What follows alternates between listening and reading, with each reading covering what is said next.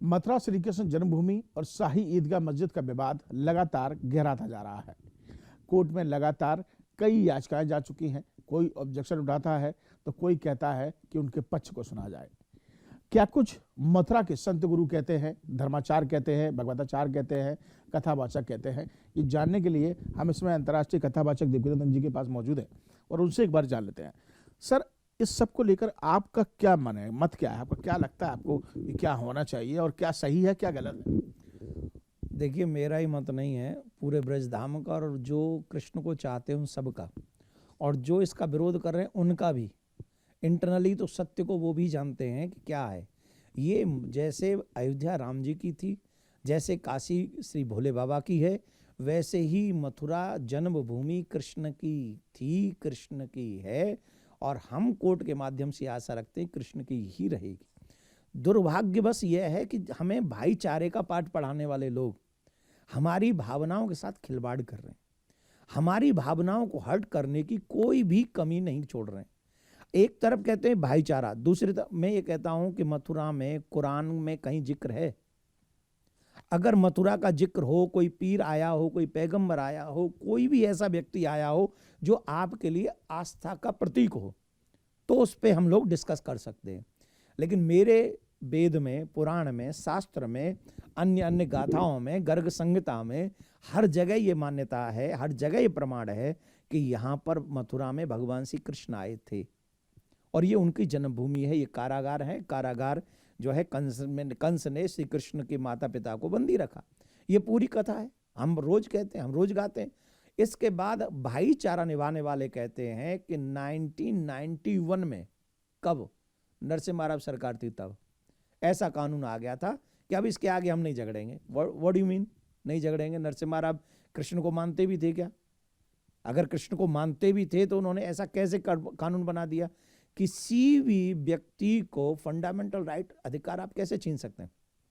लेकिन सर, वो तो हमेशा भाईचारे की बात करते हैं, कहते हैं कि जो कोर्ट का आदेश होगा हम उसका पालन करेंगे, हम भाईचारे के साथ रहेंगे, गंगा जमुनी तहजीब के साथ रहेंगे। क्या कहेंगे सर?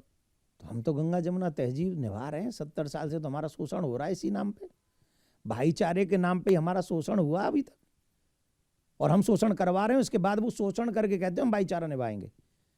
अगर भाईचारा, मैंने तो जब राम मंदिर पर कोई चर्चा भी नहीं करता था, मनमोहन सिंह जी की सरकार थी, प्रयागराज में कुंभ था, मैं 1 लाख लोगों को लेके राम मंदिर की चर्चा नहीं करता था, कोई चर्चा नहीं करता था उस समय। मैं मनमोहन सिंह जी की सरकार, ये मेरे 4 से 8-9 की बातें हैं, मैं 1 लाख लोगों को लेके प्रयाग में पैदल चला, 1.5-3 किलोमीटर। 3 किलोमीटर किस लिए? कि राम मंदिर का निर्माण होना चाहिए। प्रयाग में चले, भगवान ने हमारी प्रार्थना स्वीकार कर ली, आज राम मंदिर बन रहा है, प्रारंभ हो गया। वैसे ही हम तब तक घर नहीं बैठे। मैंने उस समय कहा था कि अगर आपको भाईचारा निभाना है तो मथुरा, काशी और अयोध्या, ये 3 जगह हमें दे दो। अब इसके बदले हम 3 मस्जिद भी बना के देंगे आपको। मैंने तो 300 कहा था, तब 300 कहा था। जब राम जी आ गए तो अब 3 ही कह रहा हूँ। अब 3 भी नहीं रहे क्योंकि राम मंदिर तो आ ही गया, अब 2 हैं।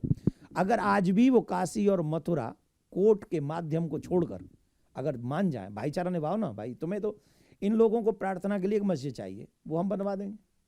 लेकिन ये जन्म स्थान नहीं बदला जा सकता, प्रार्थना स्थल बदला जा सकता है।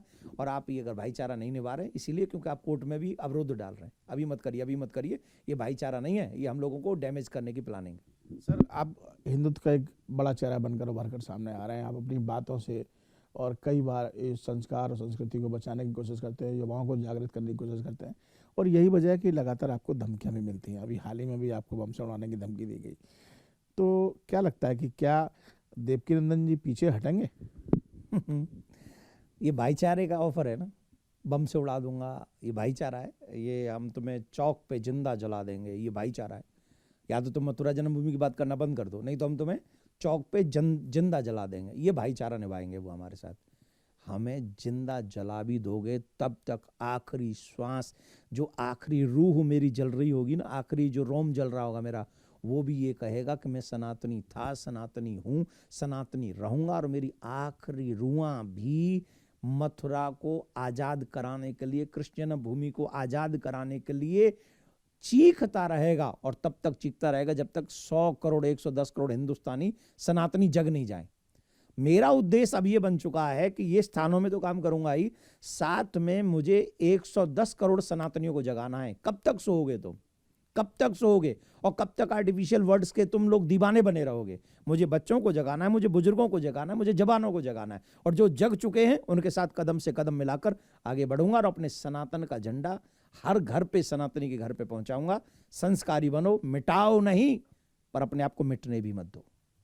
देखिए, बहुत बड़ी बात यहाँ पर दीपकनंदन जी ने कहा है कि मिटाओ नहीं, बल्कि अपने आप को मिटने भी मत दो। ये एक बड़ी बात है, और कहीं ना कहीं हिंदुत्व की बात वो कहते हुए नजर आए। उन्होंने कहा कि सनातन धर्म शुरू से हमारा है और इस सनातन धर्म को बचाने की जिम्मेदारी भी हमारी है। वीडियो जर्नलिस्ट मनोज के साथ मथुरा से विनीत दुबे, न्यूज उत्तर प्रदेश।